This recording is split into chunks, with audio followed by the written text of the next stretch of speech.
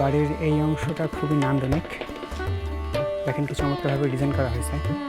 আমরা এর আগে দেখেছিলাম লক্ষণ শাহ জমিদার বাড়িতে একটি রাধা গোবিন্দ মন্দির ছিল, যেটা এরকমভাবে ডিজাইন করা। এর কারুকার্য খুবই চমৎকার,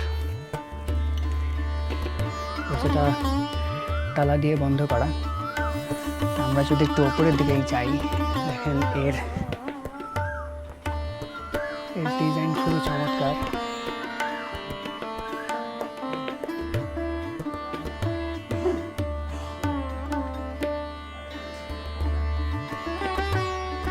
এপাশে একটি জানলার অংশ আছে, আর এটা হচ্ছে প্রধান দরজা।